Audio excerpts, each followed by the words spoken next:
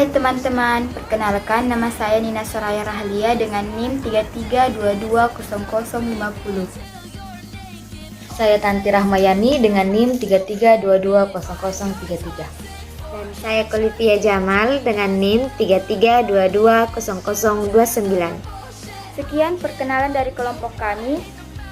Selanjutnya mari kita mempelajari tentang analisa alkaloid. Apa ya itu alkaloid? Nah, jadi alkaloid ini pertama kali digunakan oleh seorang apoteker di Halle, Jerman yang bernama Charles Friedrich Wilhelm Meissner pada tahun 1819. Alkaloid ini merupakan senyawa metabolit sekunder yang bersifat basa, yang mana alkaloid ini mengandung satu atau lebih atom nitrogen yang biasanya ada di dalam cincin heterosiklik dan bersifat aktif biologis menonjol. Alkaloid ini sendiri tidak mempunyai tata nama sistematik. Oleh karena itu, suatu alkaloida dinyatakan dengan nama tripal, misalnya quinin, morfin, dan strychnine. Selanjutnya ada sifat-sifat alkaloid. Sifat-sifat alkaloid ini ada dua. Yang pertama sifat fisika dan yang kedua sifat kimia. Sifat fisika umumnya mempunyai satu atom N, meskipun ada beberapa yang memiliki lebih dari satu atom N, seperti pada ergotamin yang memiliki 5 atom N. Atom N ini dapat berupa amin primer, sekunder maupun tersier yang semuanya bersifat basa. Tingkat kebasannya ini tergantung dari struktur molekul dan gugus fungsionalnya. Yang kedua, kebanyakan alkaloid yang telah diisolasi berupa padatan kristal tidak larut dengan titik lebur yang tertentu atau mempunyai kisaran dekomposisi.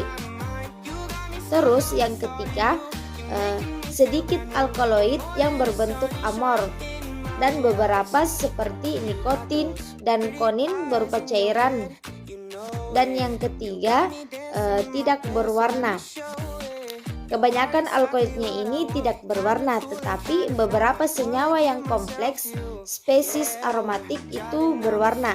Contohnya berberin yang berwarna kuning dan betanin yang berwarna merah. Selanjutnya, basa bebas alkaloid hanya larut dalam pelarut organik, meskipun beberapa pseudoalkaloid dan protoalkaloid larut dalam air. Dan yang terakhir itu garam alkaloid dan alkaloid quaterner itu sangat larut dalam air. Kedua, sifat kimia. Nah, sifat kimia dari alkaloid ini kebanyakan alkaloidnya bersifat basa. Sifatnya ini tergantung pada adanya pasangan elektron pada nitrogen.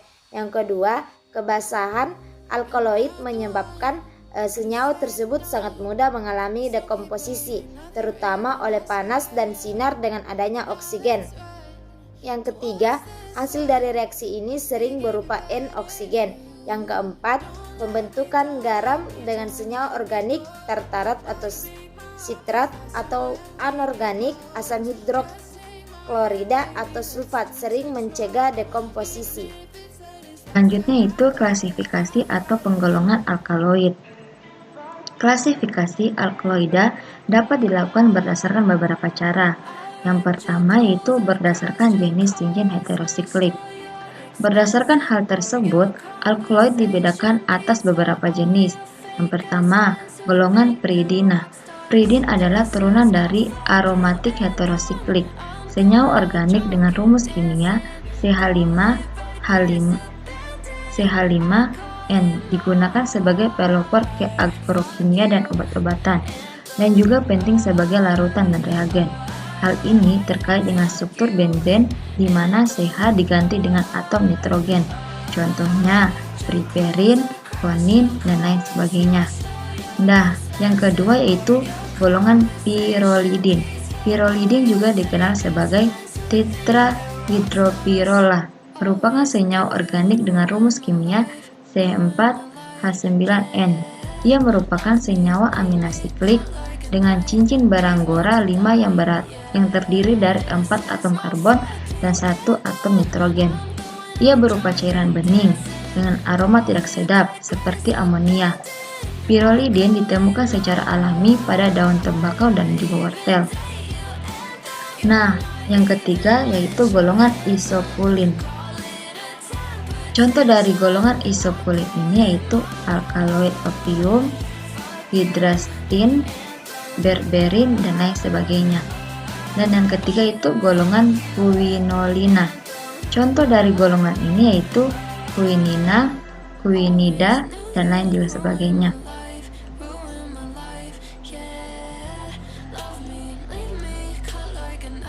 Nah, yang keempat yaitu golongan quinolina. Contoh dari golongan ini yaitu quinina, quinida, dan lain sebagainya. Dan yang kelima, golongan tropane. Contoh dari golongan ini yaitu atropin, kokaina, dan catubine. Dan yang terakhir itu golongan indola. Contoh dari golongan ini tryptamines, ergolines, yohibans, dan alkaloid pincah. Yang kedua yaitu berdasarkan jenis tumbuhan dari mana alkaloida ditemukan. Cara ini digunakan untuk menyatakan jenis alkaloida yang pertama-tama ditemukan pada suatu jenis tumbuhan. Berdasarkan cara ini, alkaloida dapat dibedakan atas beberapa jenis, yaitu alkaloida tembakau, alkaloida amari,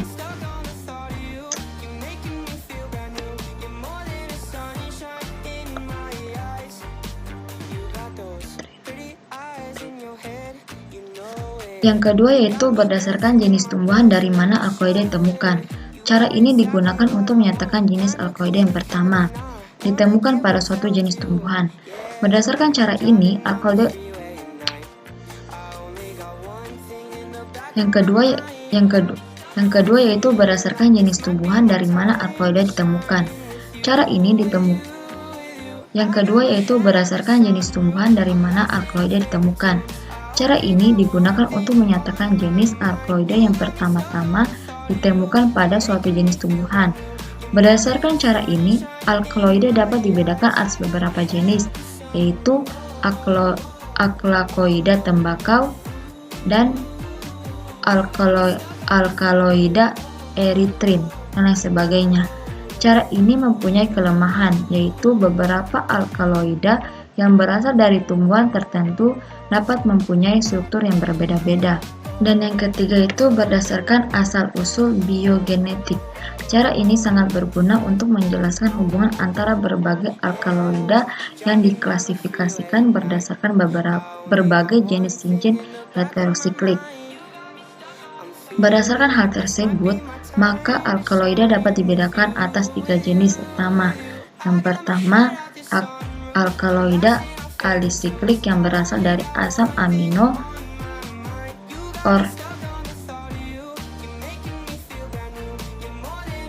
dan yang ketiga yaitu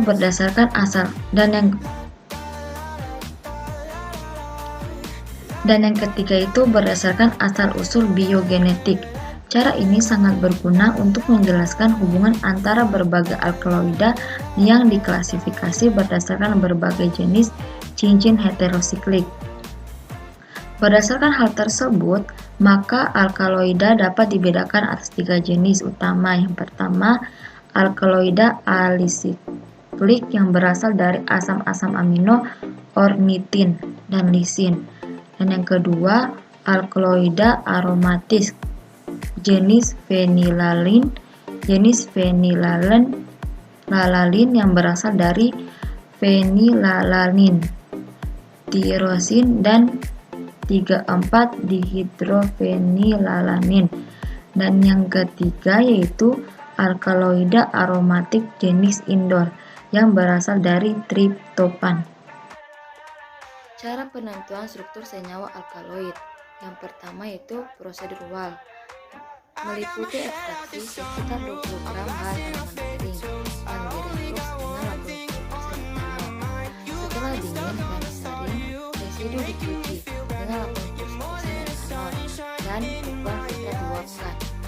Residu yang tertinggal dilarutkan dalam air, disaring, diasamkan dengan asam klorida 1%. Alkaloid diendapkan baik dengan reaksi Maillard dan atau dengan konfirmasi tes. Dilakukan dengan cara larutan yang bersifat asam dibasahkan. Alkaloid diekstrak kembali ke dalam larutan asam. Jika larutan asam menghasilkan endapan dengan reaksi tersebut, berarti tanaman mengandung alkaloid. Yang kedua yaitu prosedur kromatografi. Prosedur kromatografi menggunakan dua metode. Yang pertama, kromatografi lapis tipis. Kromatografi lapis tipis adalah suatu metode pemisahan komponen menggunakan fasa diam berupa flat dengan lapisan bahan adsorben inert. KLT merupakan salah satu jenis kromatografi analitik. Yang kedua yaitu spektrofotometer UV atau ultraviolet. Umumnya spektroskopi dengan sinar ultraviolet UV dan sinar tampak vis dibahas bersama karena sering kedua pengukuran dilakukan pada waktu yang sama. Karena spektroskopi UV vis berkaitan dengan proses berenergi yang tinggi, yakni transisi elektron dalam molekul. Alkaloid. Bagian C, reaksi pengendapan. Ada reaksi Maillard HgL2. Caranya itu zat ditambah dengan reaksi Maillard, timbul endapan kuning atau larutan kuning bening, ditambah dengan alkohol maka endapannya akan larut. Tidak semua alkaloid mengendap dengan reaksi Maillard. Pengendapan yang terjadi akibat dengan reaksi Maillard tergantung pada rumus bangun alkaloidnya. Nah, ada juga reaksi Bach-Hardat. Caranya itu sampel zat ditambah dengan reaksi Bach-Hardat menghasilkan coklat merah, ditambah dengan alkohol maka endapannya akan larut. Bagian D, reaksi warna. Yang pertama itu reaksi dengan asam kuat, reaksi Marquis, reaksi warna aso, reaksi Frohde, dan reaksi Mandelin. Bagian E, reaksi kristal. Yang pertama itu ada reaksi Dragendorf, reaksi Maillard, reaksi Bach-Hardat, reaksi Fe kompleks, dan Cu kompleks. Nah, kegunaan dari senyawa alkaloid. Yang pertama itu sebagai analgetik dan narkotik. Analgetika menghasilkan rasa sakit, sedangkan narkotika menghasilkan rasa sakit, juga menidurkan dan membius. Nah, kedua, alkaloid mempengaruhi peredaran darah dan pernapasan. Yang termasuk dalam golongan ini adalah paratrum. Ketiga, sebagai kemoterapi utika dan antiparasit. Alkaloid kina dan sebagai anti malaria.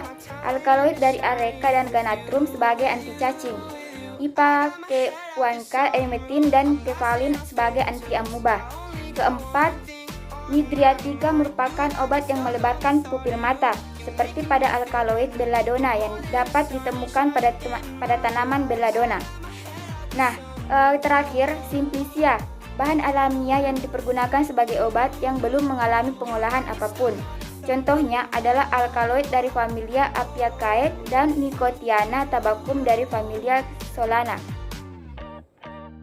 Sekian dari presentasi kami ucapkan terima kasih. Semoga ilmunya bermanfaat. Dadah.